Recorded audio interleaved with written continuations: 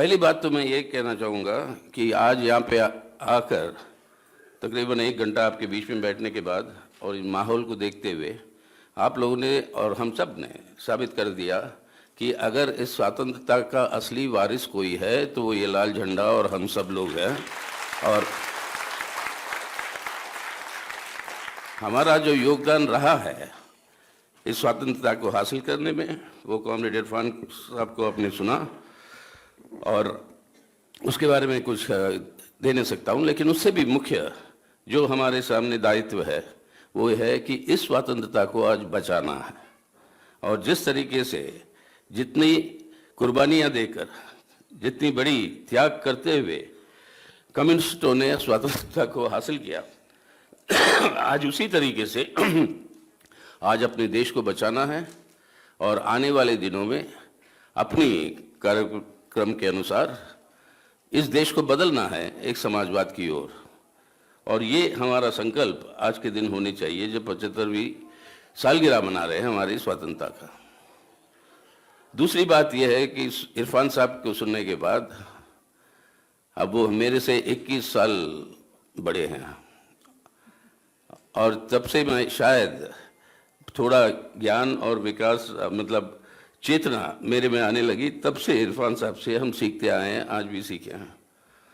और उनसे उनके उनको सुनने के बाद कॉमरेड गौहर के वो कविताओं को और जो जश्न दिलाने वाली कविताएं हैं जो उन्होंने सुनाए, उन नज़्मों को सुनने के बाद अब आप इस गाने को बंद करवा देने के बाद कि टाइम की क्राइसिस हो गई तो आप मेरे से नाराज़ होंगे, मैं जानता हूँ, तो लंबा नहीं बोलूँगा, लेकिन मुख्य बातें हैं जो मैं कहना चाहूँगा वो कहें।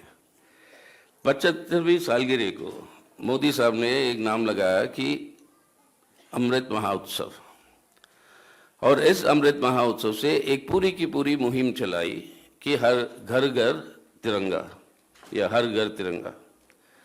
अभी ऐसे चला रहे हैं कि ये कोई नई बात है। अब मेरे बचपन से लेकर 15 अगस्त के टाइम पर एक जश्न के रूप में बनता था हर स्कूल में, हर कॉलेज में, और बांटते थे लोग तिरंगा को, मतलब एक छोटे से डंडे पे लगा के। और हम सब उस समय से ये तिरंगा को मतलब घर पे नहीं, स्कूल पे, हमारे ऊपर, मतलब ये तीनों दिन, चारों दिन ये एक त्यौहार के रूप में मनाया करते थे। आज इसको एक बहुत बड़ा मुहिम बना दी। जिनको तिरंगा के साथ कुछ लेना देना नहीं है, जिन्होंने 20 साल पहले तक तिरंगा कभी फहराया नहीं, अटल बिहारी वाजपेयी जब प्रधानमंत्री बने उसके बाद शर्म आकर शायद भाजपा के दफ्तर पर, क्योंकि उनका प्रधानमंत्री है, तो तिरंगा नजर आने शुरू हुआ, लेकिन तब तक तिरंगा के साथ कोई लेना देना नहीं था। और आज भी जहन की बात अगर उनसे पूछो तो कहते कि भगवा झंडा है देश का, तिरंगा नहीं है। लेकिन खैर ये मुहिम चलाए और ये तय करेंगे वो कि कौन है देशभक्त और कौन नहीं। जिसके घर पे तिरंगा नहीं होगा उसके ऊपर हमला करने के लिए एक और बहाना, हमारे मुसलमान भाइयों के, बहनों के, उनके घरों पे एक और बहाना वो खोज निकाले हैं कि इसको कारण बताते हुए वो जो है हमलेवार फिर से एक नया दौर से वो करने की कोशिश में रहेगी। इससे हमें सतर्क रहना। लेकिन जब तिरंगा की भावना आई थी तो बताइए, कॉमरेड A.K. गोपालन जो अपने वरिष्ठ नेता थे, पहली बात तो ये है कि जो अपने नवरत्न है, जो 9 पॉलिट ब्यूरो के सदस्य जो मार्क्सवादी कम्युनिस्ट पार्टी का गठन किया, ये 9 के 9 ब्रिटिश के जेलों में कई साल जो है वो गुजारे हैं, कई बार गिरफ्तार हुए हैं। और इस 9 के 9 की बहुत बड़ी कुर्बानी रही है देश की आज़ादी की संघर्ष में। क्रांतिकारी संघर्ष के अंदर उनकी नेतृत्व रही, लेकिन आज़ादी के संघर्ष में भी बहुत बड़ी योगदान रही। A.K. गोपालन 15 अगस्त 1947 को कन्नूर जो बोलते जहाँ पे पार्टी कांग्रेस हुई, कैननूर के जेल में गिरफ्तार थे। ब्रिटिश ने उनको गिरफ्तार करके रखा और जिस दिन देश स्वतंत्र हुआ उस जेल के अंदर तिरंगा फहराया A.K. गोपालन ने। उस समय 20 में पैदा हुए, 1921 में अहमदाबाद में, जहाँ पर ये AICC का सेशन चल रहा था, वहाँ पर कम्युनिस्ट पार्टी ऑफ इंडिया के नाम से एक प्रस्ताव पेश किया गया था संपूर्ण क्रांति के लिए। और ये प्रस्ताव पेश किसने किया? एक मौलाना हसरत मोहानी और दूसरे स्वामी कुमारानंदा। अब ये हमें और आपको सीखना चाहिए, उस जमाने से एक मौलाना एक स्वामी कम्युनिस्ट पार्टी के नाम से ये प्रस्ताव रखे संपूर्ण आज़ादी के लिए, और ये प्रस्ताव गांधी जी ने नहीं माना। तब 1929 में वो मानते हैं और नारा देते हैं लाहौर में, जहाँ पर AICC की सेशन हुई थी। और उसके बाद हर साल एक मैनिफेस्टो दिया करती थी कम्युनिस्ट पार्टी कि ये मोड़ लेना चाहिए राष्ट्रीय आंदोलन को। और इस तरीके से सैद्धांतिक संघर्ष और जनता को लामबंद करते हुए संघर्ष, और इससे प्रभावित किया कम्युनिस्टों ने, कम्युनिस्ट पार्टी ने और हमारे आंदोलनों ने अपने देश की स्वतंत्रता के बाद किस तरीके की चीजों पर ध्यान आकर्षित करना है, एजेंडा जो है कम्युनिस्टों ने तय किया अपने संघर्षों से। भूमि संघर्ष के सवाल लो, जमीन के सवाल पे आपके केरल में पुनः प्रवाह एलार हो, बंगाल में तिबागा स्ट्रगल हो, महाराष्ट्र में आदिवासियों के बीच में वो वर्ली ट्राइबलों का वो एक बहुत बड़ा संघर्ष आंदोलन जो चला, या असम के अंदर सुरमा वैली में, और आपके पंजाब हरियाणा, आज के पंजाब हरियाणा, उस पूरे इलाकों में किसानों के संघर्ष, और सबसे बड़ी संघर्ष हथियारबंद संघर्ष तेलंगाना में जो हुआ, जो कई सालों के लिए, तकरीबन 3 साल के लिए वहाँ पे हजारों गांवों को जो है वो मुक्ति दिलवाई। और ये संघर्षों के चलते हुए हुआ क्या? भूमि सुधार का एजेंडा राष्ट्रीय आंदोलन के सामने आया था। कांग्रेस पार्टी कर क्या रही थी? जो जमींदार थे, जो बड़े बड़े जागीरदार जमींदार थे, उन लोगों से समझौता करके उनके आने वाले आजाद हिंदुस्तान में उनको जो है शासक वर्ग के हिस्से बनाने के लिए जो शोषण कर रहे थे, उन वर्गों को जोड़ रही थी कांग्रेस पार्टी। और कम्युनिस्ट क्या कर रहे थे? जो शोषित थे, जिनके ऊपर शोषण हो रहा है, किसान, खेत मजदूर, वो ग्रामीण गरीब लोगों को, उनको लामबंद करके राष्ट्रीय आंदोलन के साथ जुड़ी थी। और इसके चलते हुए जमींदारी हटा की जो नारा, जो आज तक पूरा नहीं किया शासक वर्गों ने, लेकिन वो कानून तो बनानी पड़ी उनको इस दबाव में आकर। और इस तरीके से ये प्रभावित जो करना था एजेंडे को, वो किया गया। दूसरा मसला लीजिए आप, वो था उन्हीं जमाने में आजादी के आंदोलन के टाइम पर ने कहा देश के अंदर कई भाषा बोलने वाले हैं, और इन भाषा बोलने वालों के आधार पर, भाषाओं के आधार पर स्वतंत्र भारत के अंदर राज्यों का गठन होनी चाहिए। कांग्रेस पार्टी ने नहीं माना।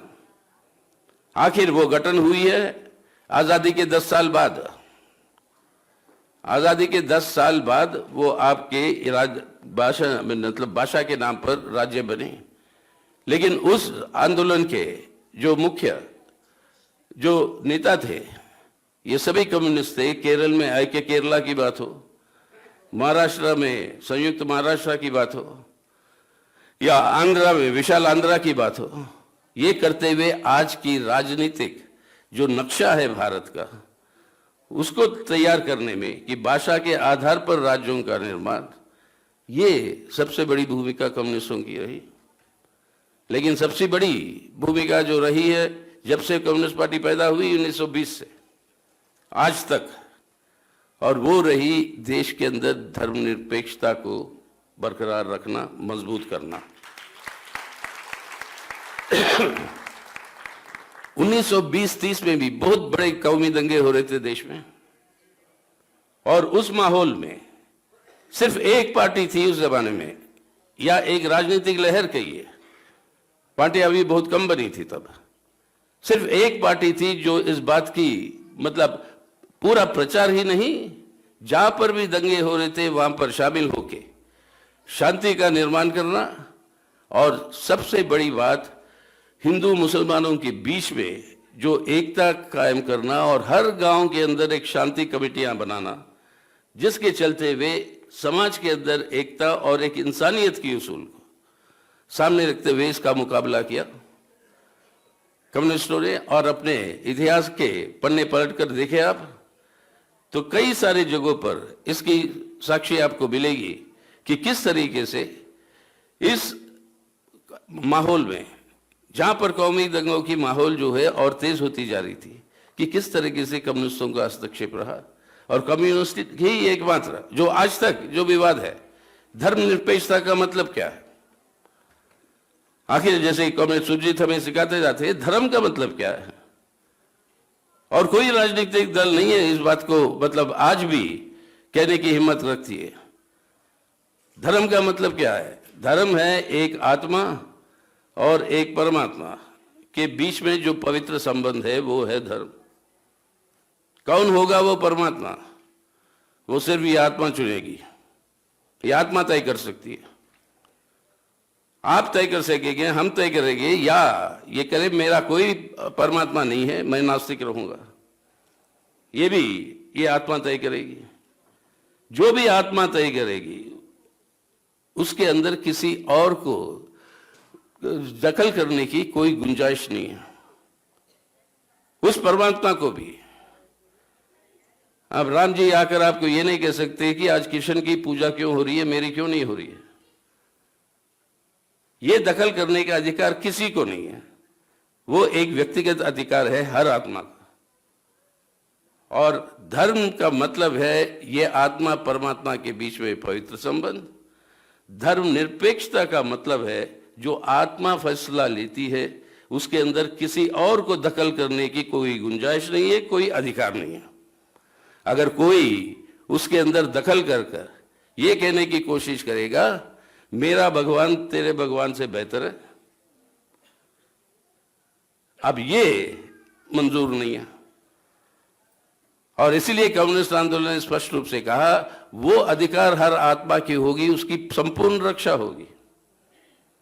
उस अधिकार की संपूर्ण रक्षा करते हुए किसी और को उस अधिकार के अंदर हस्तक्षेप करना या दखल करना, उसको रोकना भी हमारा कर्तव्य है। और उसको रोकते हुए धर्मनिरपेक्षता को खड़ा किया। ये जो सोच है कांग्रेस के अंदर भी, कुछ नेताओं के अंदर भी इसी तरीके की सोच बनी है।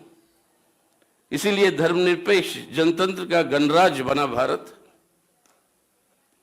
आज यही धर्मनिरपेक्षता के ऊपर हमला, क्योंकि उसको लागू करने में जितनी भी सोच रही बड़े नेताओं की कांग्रेस की, जैसे नेहरू जी रहे या गांधी जी रहे वगैरह, लेकिन उसको लागू करने में बहुत बड़ी छूट की उन्होंने, जिससे हमें आज भी भुगतना पड़ रहा है। लागू करते समय धर्मनिरपेक्षता को किस तरीके से लागू किया? सब धर्म बराबर है। सब धर्म बराबर का मतलब ये क्या होता है कि जो मेजॉरिटी का धर्म है, जो बहुमत का धर्म है, उसका अधिकार ज्यादा होता है समाज में। यानी धर्मनिरपेक्षता का मतलब ये होनी चाहिए कि धर्म का सरकार से या राष्ट्र से कोई संबंध नहीं है। धर्म की रक्षा करेगी सरकार और कानून। हर इंसान की धर्म की जो निर्णय जो लेते हैं उसकी रक्षा करेगी। धार्मिक जो भी उनको कार्य करनी है उन सबकी करने की इजाजत ही नहीं, लेकिन उसकी भी रक्षा करेगी। लेकिन सरकार का अपना कोई धर्म नहीं है, ना हमारे राष्ट्र का यानी स्टेट का, जो स्टेट है उसका कोई धर्म नहीं। यहां से चूके आप कहां पहुंचे? अब प्रधानमंत्री के नेतृत्व में अयोध्या मंदिर का निर्माण की बात शुरू होती है। देश का राष्ट्रपति मौजूद, यूपी का मुख्यमंत्री मौजूद, यूपी के गवर्नर साहिबान उस समय वो मौजूद, यानी पूरी की पूरी सरकार और पूरा का पूरा स्टेट एक धर्म के साथ जुड़ा। अभी जो आपका राष्ट्रीय सिंबल जो लगाए थे, नया जो इमारत बन रही है पार्लियामेंट के लिए, उसके ऊपर जो कर रहे थे पूजा के साथ हुई, और किसी धर्म का कोई लेना देना नहीं। तो ये जो गलत रुझान जो रही उसके चलते हुए आज ये प्रोत्साहन मिल रहा है इस तरीके की सांप्रदायिकता को और सांप्रदायिक ध्रुवीकरण को तेज करने के लिए जो प्रोत्साहन मिल रही है, ये आज के दिन एक खतरा है। तो ये जो योगदान रही है, इस योगदान के साथ साथ आज के खतरे को भी, योगदान कम्युनिस्टों की जो रही है, इसके साथ साथ ये जो आज सांप्रदायिकता के खिलाफ इस संघर्ष में धर्मनिरपेक्षता की बात जो आज उभर कर आई सबसे अहम, उसकी समझ में, उसके सामने एक चीज, मुख्य चीज को हमें समझने की जरूरत है आज, कि ये खतरा जो पैदा हुई है आज हमारे देश के संविधान को, संवैधानिक व्यवस्था को, कि एक धर्मनिरपेक्ष जनतंत्र का गणराज्य जो भारत है, उसी को जो खतरा जो महसूस हो रहा है, ये खतरा अचानक पैदा नहीं हुई। ये खतरा 2014 से, जब से ये मोदी सरकार बनी तब से पैदा नहीं हुई। ये खतरा हमारे देश की आजादी के आंदोलन का ही एक हिस्सा है, जिसको हमें गहराई में समझने की जरूरत है अगर आज की चुनौतियों को समझना है। 1920 के दशक में, तकरीबन 100 साल पहले, कम्युनिस्ट पार्टी की गठन होती है 1920 में, राष्ट्रीय स्वयंसेवक संघ का गठन होता है 1925 में, और 1928 में वो संपूर्ण क्रांति की बात वगैरह वगैरह एक मोतीलाल नेहरू कमेटी की रिपोर्ट आती है कांग्रेस में, जिसके चलते हुए संपूर्ण क्रांति की बात और हम अपने संविधान का ढांचा जो उसके अगले साल 31 में कराची में जो पारित हुआ था, वो ढांचा का नक्शा बनता है। अब ये तीनों पैदाइशियों के साथ तीन व्यूह पैदा हुए, तीन विचार पैदा हुए, तीन व्यूह पैदा हुए कि आजाद भारत का चरित्र क्या होगा, उसकी कैरेक्टर क्या होगी। अब इससे पहले उसी 20 के दशाब्दी में, वह 1923 में सावरकर साहब एक किताब लिखते हैं, विनायक दामोदर सावरकर एक किताब लिखते हैं जिसका नाम है हिंदुत्व। और वो किताब जो लिखते हैं वो, उसके अंदर ये कहा जाता है वही लोग इस देश में रह सकते हैं जहां पर जिस धर्म के साथ वो जुड़े हुए हैं, उन लोगों का जिसका मातृभूमि, पितृभूमि और पुण्य भूमि यहीं पे है। तो क्या हुआ, आप हिंदू, बौद्ध, सिख, जैन, बाकी ये सब रह सकते हैं यहाँ पे। सिर्फ दो धर्म के लोग हैं जिनकी पुण्य भूमि यहाँ से बाहर है, वो है ईसाई और मुसलमान। और साफ कहते हैं सावरकर साहब, हिंदुत्व का कोई लेना देना नहीं है हिंदू धर्म से, हिंदू धर्म से कोई लेना देना नहीं है। और ये भी कहा जाता है कि वो खुद नास्तिक थे, बोला, लेकिन ये राजनीतिक प्रोजेक्ट है, और ये राजनीतिक प्रोजेक्ट को हासिल करने के लिए उन्होंने एक नारा दिया, जो वो था कि Hinduise the military, militarise the Hindudom. अब इसको हिंदी में कैसे अनुवाद करूं, यानी आपके सेना को हिंदुआइज, मतलब हिंदू बनाओ, और क्या आपके हिंदू, मतलब हिंदू डम, किंगडम को क्या बोलते हो आप हिंदी में, सेना को हिंदू बनाओ, हिंदू डम को से मतलब ये आर्मी के रूप में बदलो। हाँ, वही हुआ ना। अब ये अग्निपथ का मतलब क्या है, समझ में आ रही लिंकेज है, Hinduise the military, militarise the Hindudom, ये उनका नारा था।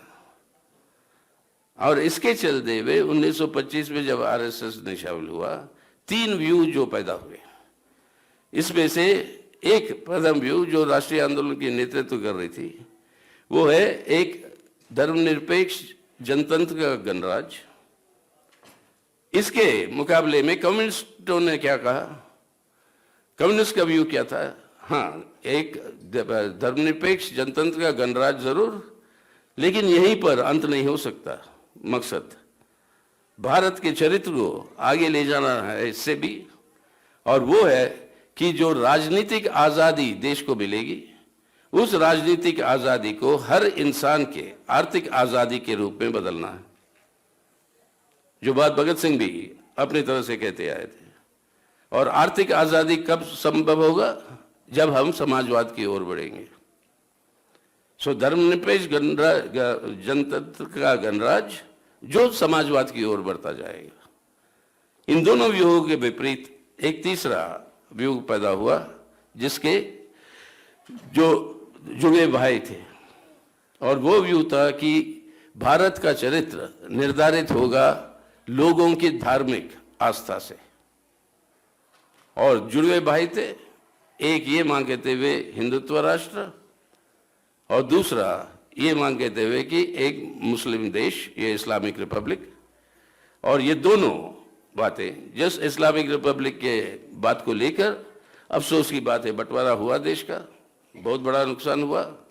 लेकिन ये जो व्यू पैदा हुआ, ये तीसरा व्यू, जिसके दो जुड़वे भाई थे, उस समय आजादी के समय राष्ट्रीय आंदोलन ने इसको ठुकराया और माना नहीं इस बात को, और एक धर्मनिरपेक्ष जनतंत्र के गणराज्य पे खड़ी रही।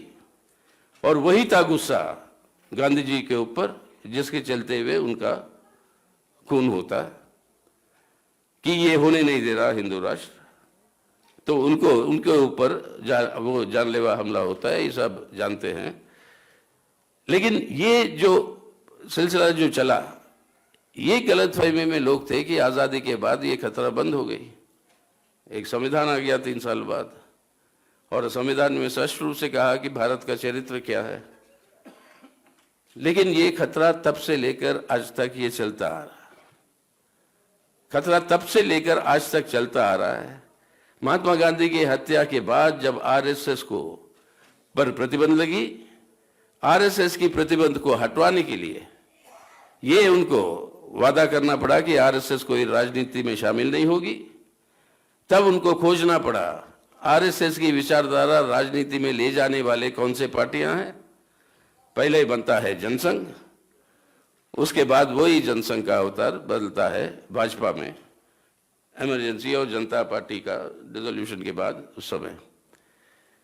तो ये भाजपा आरएसएस की पॉलिटिकल विंग है,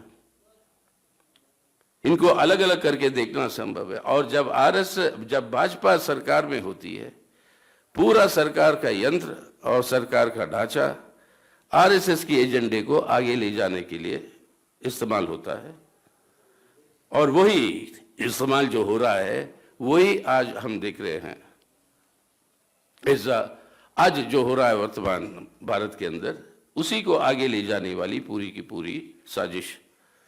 और ये साजिश जो पार्टी ने अपने पार्टी कांग्रेस में अपने राजनीतिक प्रस्ताव में स्पष्ट रूप से इसका विश्लेषण किया, वो है अगर इस धर्मनिरपेक्ष जनतंत्र के गणराज्य को अगर एक हिंदुत्व राष्ट्र में बदलना है, तो ये जरूरी है कि ये संविधान जिसके आधार पर ये धर्मनिरपेक्ष जनतंत्र का गणराज्य खड़ा है, उस संविधान को ही ध्वस्त करना।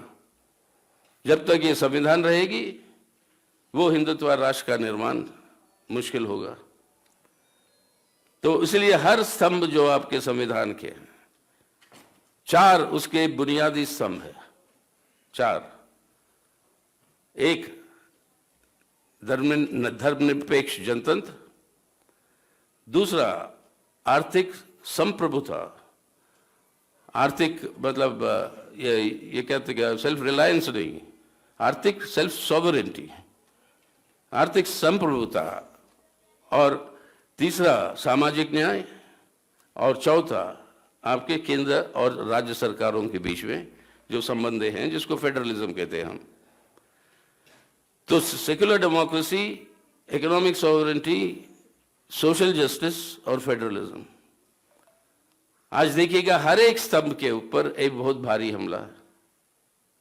सेक्युलरिज्म की बात ले लो, आज हर बीजेपी के राज्यों में राज्य सरकार के चलते हुए कानूनें बनी हैं, कहीं पर लव जिहाद के नाम पे, कहीं पर गोरक्षा के नाम पे, कहीं पर अब ये है कि आज दो अलग धर्म के लोग अगर शादी करेंगे तो पहले उनको साबित करना होगा कि जबरदस्ती उनकी धर्म परिवर्तन नहीं हुई।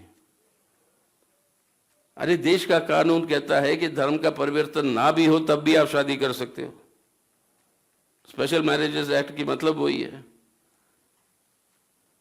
कि घर में पति पत्नी के बीच में एक हिंदू हो सकता है, एक मुसलमान हो सकता है। अधिकार देता है हमारा संविधान और कानून। आज ये है कि आपको साबित करना होगा, नहीं साबित करोगे तो जेल। सरकार या पुलिस ये साबित नहीं करेगी कि तुम्हारे ऊपर जबरदस्ती हुआ, आपको साबित करना पड़ेगा कि मेरे साथ जबरदस्ती नहीं हुआ।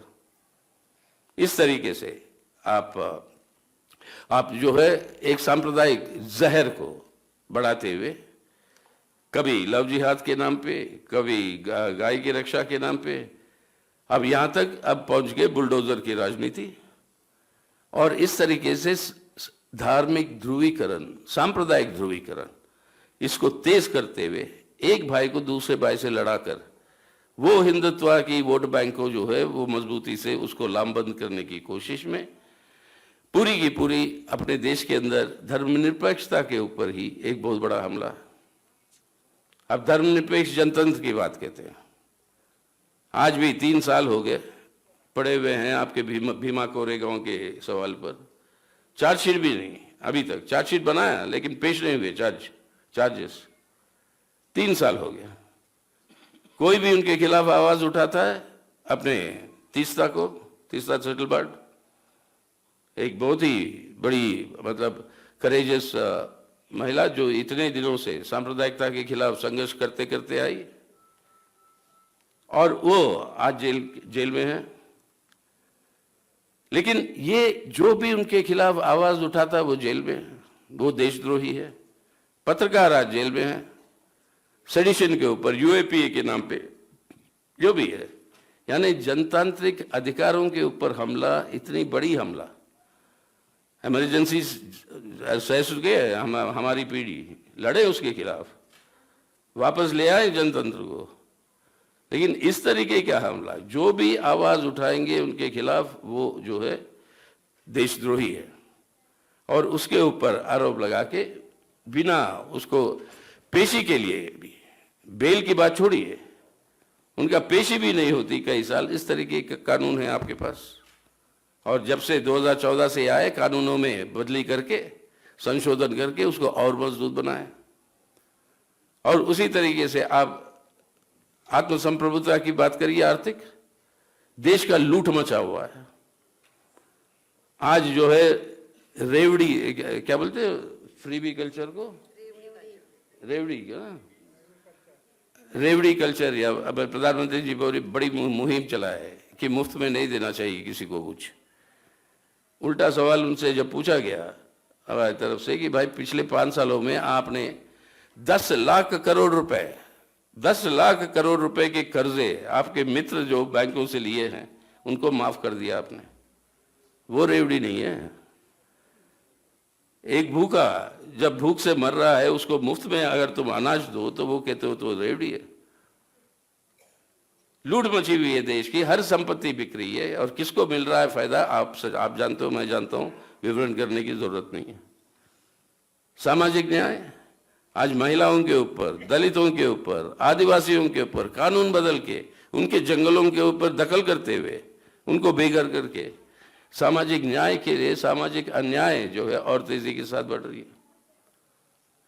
और केंद्र और राज्यों के बीच में संबंध, आज सब राज्य सरकारों को 2 दिन पहले उन्होंने केंद्र की राशि से पैसे की घोषणा की कि हर राज्य को कितना जाएगा। 21% उसमें से जाता है उत्तर प्रदेश को, अपने केरल को मिलता है शायद 3% या 2। लेकिन इस तरीके से जो गैर भाजपा के सरकार है राज्यों में, उन सबको भिखारी के रूप में उतारकर आपको भीख मांगने के लिए केंद्र सरकार के ऊपर, आपके ऊपर दबाव है। यानी जो बराबरी की अधिकार जो संविधान देता है उसका कंप्लीटली उल्लंघन। यानी संविधान के स्तंभों का उनके ऊपर हमले जो इस तरीके से चल रहे हैं। हिंदुत्व राष्ट्र को कायम करना है तो सिर्फ संविधान को ध्वस्त करने से नहीं चलेगा। संविधान के साथ जो संस्थाएं हैं जो संविधान ने सृष्टि की, उस हर संस्था को, जो स्वतंत्र संस्थाएं हैं, उस हर संस्था को, उसको भी ध्वस्त करना, कमजोर करने की जरूरत है। और सबसे पहले वो संस्थाओं में से कौन सी है? आपकी पार्लियामेंट।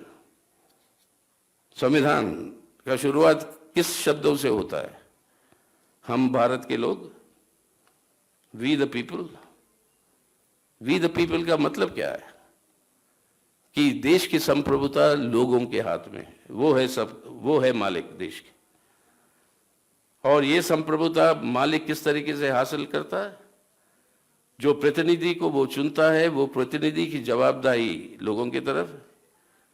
जो प्रतिनिधियां पार्लियामेंट में बैठकर जो सरकार बनाते हैं, वो सरकार की जवाबदारी पार्लियामेंट को है।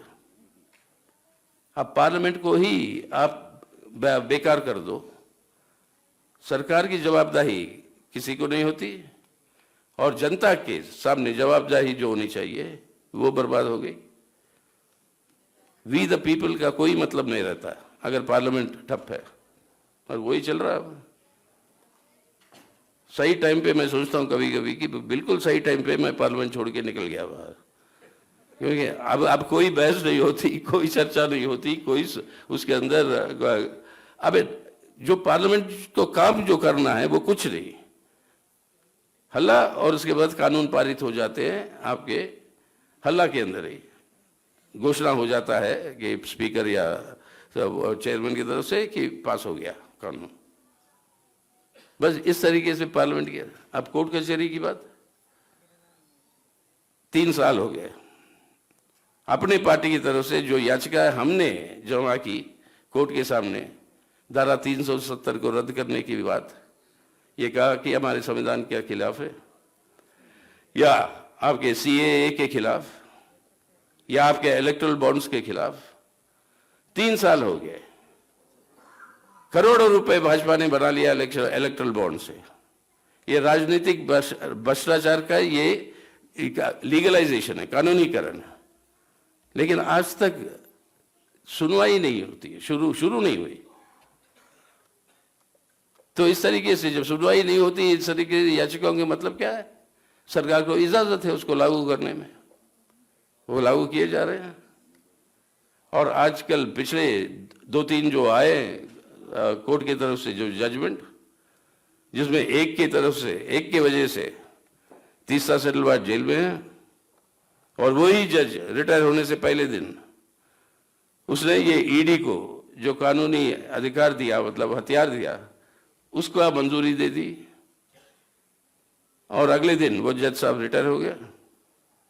लेकिन कानूनी मंजूरी मिल गई, तब कोई भी हम में से किसी को भी उठाकर ले जा सकती है ईडी।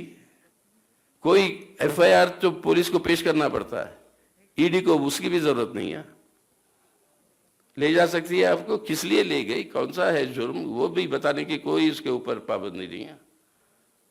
और इस तरीके का उसका दुरुपयोग बहुत कुछ हो रहा है। अब ईडी का मतलब यह है कि कोई भाजपा के विरोध में कोई भी हो, उसको पहले लालच से खरीद लो, अगर वो बिकने के लिए तैयार नहीं है तो ईडी लगा दो, और ईडी से भी डरता नहीं है तो सीबीआई लगाओ, धमकियां दो, और उस तरीके से या चुप करवा दो या अपने सहयोगी बना लो। आज जो कहावत है, मतलब आप जाएंगे लोगों के बीच में तो लोग ये कहते हैं चुनाव में कोई भी चुनाव जीते उसकी कोई परवाह नहीं, लेकिन सरकार भाजपा का ही बनेगी। अब वही हो रहा है सब जगह। तो ये सभी जो, और अपना चुनाव आयोग इलेक्टोरल बॉन्ड्स के खिलाफ पहले सुप्रीम कोर्ट को बताया कि ये गलत हो रहा है, हमें पता नहीं कौन दे रहा है पैसा, किसको दे रहा है, क्या हो रहा है, ये गलत है, इसके ऊपर पाबंदी लगनी चाहिए। आज वही इलेक्शन कमीशन उस बात से मुकर जाती है सुप्रीम कोर्ट के सामने। यानी पूरा यंत्र जो है आपके राज्य का, स्टेट का, इसको जो है आप इसको जो है ध्वस्त करते हुए हिंदुत्व राष्ट्र का निर्माण की ओर चले। लेकिन इसके खिलाफ लोगों के बीच में बड़े बड़े संघर्षें हुई है, हो रही है। सीएए के खिलाफ हमने देखा, किसानों का संघर्ष देखा, मजदूरों के संघर्ष आप हम देख रहे हैं। हम ना सिर्फ देख रहे हैं, हम भी हिस्सेदार हैं इन सब में। आज छात्रों का एक पदयात्रा निकला हुआ है पांच जगहों से पूरे हिंदुस्तान में, और वो चल रहा है। वो शायद सितंबर के बीच में दिल्ली पहुंचेगी। नौजवान पूरे कि मोदी साहब मेरी नौकरी कहाँ है, ये मुहिम की तैयारी में वो जुटे हैं। लेकिन इतने बड़े बड़े संघर्ष होने के बावजूद भी चुनाव में कैसे जीतते हैं वो? बेशक उतनी ज्यादा सीट नहीं मिली पिछले बार से, लेकिन जीत तो होती है। क्यों? और इसका मुकाबला हमें समझ कर देने की जरूरत है। एक सिर्फ आर्थिक सवालों पे संघर्षों को तेज करके ही मुकाबला इनको नहीं मिल सकेगा, लेकिन जो चेतना के स्तर पर जो हिंदुत्व की सांप्रदायिक जहर को जिस तरीके से फैलाते हैं, और उसका जो पकड़ है सामाजिक चेतना के ऊपर, उसका भी मुकाबला जब तक नहीं करेंगे तब तक जो है इनको राजनीतिक तौर पर हराना संभव नहीं है। और ये हिंदुत्व का चेतना किस तरीके से लागू करेंगे वो? अपने प्रचार से, और ये कहते हुए आस्था के ऊपर विश्वास रखो, वैज्ञानिक खोज पर नहीं। जो आपको समझ में नहीं आता वो भगवान करवा रहा है। भगवान की प्रार्थना करो तो सब ठीक हो जाएगी। और ये आस्था के ऊपर विश्वास रखते रखते क्या हो रहा? अंधविश्वास फैल रही है, आपका सोच में पिछड़ापन फैल रही है। और इससे चलते हुए अपनी पूरी देश की इतिहास को ही, रामायण और महाभारत को, वो जो हमारी जो प्रमुख कहानियां हैं देश के अंदर, उसको इतिहास के रूप में पेश करते हैं। अब यहां तक कि वैज्ञानिक सोच को भी पर भी एक बहुत बड़ा हमला है। अब प्रधानमंत्री खुद अगर जब कहते हैं कि प्लास्टिक सर्जरी हमारे देश के अंदर इतना आगे पहुंच गया था प्राचीन जमाने में, एक हाथी का सर को लेकर इंसान के ऊपर लगाकर हम जी गणेश जी की सृष्टि की, वो उनका खुद का कहना है, मैं नहीं कह रहा हूं। और ये गंदारा कैसे ये संभव है क्या? एक महिला को एक जीवन में 100 क्या पुरुषों का जन्म देना?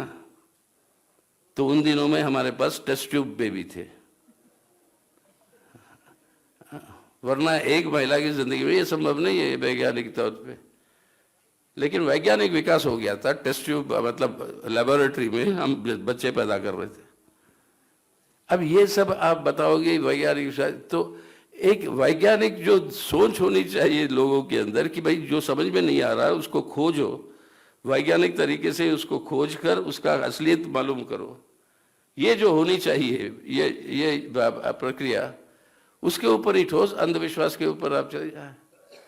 और ये जरूरी है, ये चेतना जो मानव चेतना की बात मैं कह रहा हूं, उस चेतना को प्रभावित करने के लिए ये माध्यम है उनका। और इस माध्यम के चलते हुए एक नई शिक्षा नीति ले आओ, जहां पर वैज्ञानिक सोच के बात नहीं, आस्था के आधार पर अपने बच्चों को उनको समझाओ कि आप जो है मतलब भगवान के ऊपर विश्वास रखना चाहे बिल्कुल रखे, हम लोग विश्वास नहीं, लेकिन वैज्ञानिक सोच और खोजना वो बंद कर दो। और शिक्षा को इतना महंगा कर दो, इतना सांप्रदायिकरण कर दे, ताकि लोगों तक शिक्षा मिले ना। अब नई शिक्षा नीति के चलते हुए लाखों के तादाद में आपके स्कूल ग्रामीण इलाकों में बंद है। अब वो सीखेंगे क्या? आपके व्हाट्सएप पे, आपके सोशल मीडिया पे, और वो भी दुष्प्रचार और फॉल्स न्यूज जो जाता है वो है उनके लिए ज्ञान। और इस तरीके से लोगों की मानसिकता को प्रभाव डालते हुए उसको कब्जा करे अपनी विचारधारा, अपनी राजनीतिक मकसद को आगे ले जाने के लिए। उसके चलते हुए कितने संघर्षें भी कितने भी तेज हो, उसके बाद जज्बात के आधार पर, आस्था के आधार पर इस सांप्रदायिक ध्रुवीकरण को और मजबूती कर कर हमें वो जो है आगे ले जा रहे हैं। तो आज इस सब का विश्लेषण का मतलब क्या निकलता है कि आज 75वीं सालगिरह अपनी देश की स्वतंत्रता में, इस 75वीं सालगिरह में सबसे बड़ा चुनौती हमारे सामने है इस स्वतंत्रता को बचाना। इस स्वतंत्रता के आधार पर जो चरित्र भारत का हमने निर्माण किया, देश के लोगों ने एक धर्मनिरपेक्ष जनतंत्र का गणराज्य, और उसके साथ साथ जो अधिकार हमारे संविधान में दिए, उन सब की उसको बचाते हुए, जैसे मैं पहले बता रहा था, उसको बचाते हुए भारत को बदलना है एक बेहतर भारत के रूप में, समाजवादी की ओर चलते हुए। इसके लिए ये जरूरी पड़ जाता है कॉमरेड्स हम सबको, और ये हमारे लिए संकल्प होनी चाहिए आज के दिन कि ये काम को हासिल करना है तो सबसे पहले अपनी पार्टी को मजबूत करनी पड़ेगी। और वो भी जानते हैं जितने भी कमजोर हम हैं चुनावी तौर पर आज, लेकिन अगर त्रिपुरा में जो 2 MP आते हैं त्रिपुरा के मतलब राज्य से, वहां पर जब अपनी सरकार को हराकर भाजपा की सरकार बनी, पार्लियामेंट के अंदर प्रधानमंत्री महोदय ने एक बहुत बड़ा उसका स्वागत के लिए उन्होंने एक मीटिंग बुलाई थी। बीजेपी के MP सब थे वहां पे, और उन सब के लिए बोला। तो एक बीजेपी का MP ने शायद हिम्मत करके, हिम्मत जरूरी है, प्रधानमंत्री को कोई सवाल नहीं करता आजकल, वो हिम्मत करके उसने पूछा कि भाई 2 MP आते हैं त्रिपुरा से, इतनी बड़ी जीत की बात क्यों कह रहे हो? इतना बड़ा जीत क्या है, सिर्फ 2 ही तो MP है वहां से। जवाब क्या आया उसका? MP 2 ही हो सकते हैं, लेकिन मार्क्सवादी कम्युनिस्ट पार्टी और उस विचारधारा को हराना ये हमारी सिद्धांतिक जीत है, और वो बड़ी अहम बात है। वो पहचानते हैं उनके असली दुश्मन कौन है, वो जानते हैं जब तक इस सोच को और इस ताकत को कमजोर नहीं करोगे पूरा, तब तक वो जो है उनकी साजिश पूरी की पूरी कामयाबी नहीं मिलेगी। तो इसलिए आज टारगेट है अपना केरल का वामपंथी सरकार कि किसी न किसी तरीके से मतलब उसको वहां पे अस्थिरता पैदा करके उसको वहां पे डिस्टेबलाइज करना। तो अपने आप की ताकत को मजबूत करते हुए, वामपंथियों की एकता को मजबूत करते हुए, और वामपंथी जनवादी ताकतों की उनकी संघर्षों में एकता को मजबूत करते हुए, जैसे अपने संघर्ष हुए आज किसान के, जैसे संघर्ष चल रहे हैं आज, उनको मजबूत करते हुए फाइनली इस सांप्रदायिकता के खिलाफ, हिंदुत्व सांप्रदायिकता के खिलाफ ज्यादा से ज्यादा जितने भी धर्मनिरपेक्ष ताकतें हैं उन सबको लामबंद करते हुए, एक ब्रॉड फ्रंट के रूप में लामबंद करते हुए इसका मुकाबला करना, ये हमारी दायित्व बनती है। तो ये चारों कदम सीढ़ियां हमें पार करनी है, और ये साथ साथ करनी होगी, एक के बाद एक नहीं। तभी आज जो है इस लक्ष्य को हम पूरा कर पाएंगे कि हमारी देश की रक्षा करें, ताकि आने वाले दिनों में एक बेहतर भारत का निर्माण करें। तो इसलिए जब हम सलामी देते हैं आज, जब हम लाल सलामी देते हैं आज, ये लाल सलामी देते हैं एक पुनर्संकल्प लेने के लिए। जब हम याद करते हैं कुर्बानियां कम्युनिस्टों की राष्ट्रीय आंदोलन में, जब हम याद करते हैं कि किस तरीके की विरासत उन्होंने हमको सौंपा, तो हमें इसकी जिम्मेदारी भी लेनी है कि वारिस हम हैं, तो हम भारत को बचाएंगे, और हम इसको बचाना है तो अपने आप को मजबूत करते हुए, वामपंथी ताकतों को मजबूत करते हुए, वामपंथी जनवादी एकता संघर्षों में मजबूत करते हुए, आज जो है इस सांप्रदायिकता के जहर के खिलाफ अपने भारत को बचाने के लिए ज़्यादा से ज़्यादा जितने धर्मनिरपेक्ष ताकतें आज तैयार है आने के लिए संघर्ष में, उन सबको लामबंद करते हुए हमें जो है आगे बढ़ने की ज़रूरत है। यही असली मतलब है आज जब हम एक दूसरे को लाल सलामी देते हैं। लाल सलामी का मतलब यह है देश की रक्षा होगी, और देश की रक्षा होगी तभी हमारी क्रांति आगे बढ़ेगी। क्रांति को आगे बढ़ाते बढ़ाते देश की रक्षा करना जो है वही है बचाओ बदलो। बचाओ बदलो, ये दोनों हमारे लक्ष्य आज के दिन होनी चाहिए। तो ये हमारा संकल्प आज के दिन हमें लेने की ज़रूरत है। इस संकल्प के साथ हम समझते हैं कि ये जो विस्तार से प्रोग्राम जो दिल्ली पार्टी ने आयोजित किया यहाँ पर, उनको मेरी क्रांतिकारी बधाई और आप सबको भी मेरी क्रांतिकारी लाल सलाम। धन्यवाद।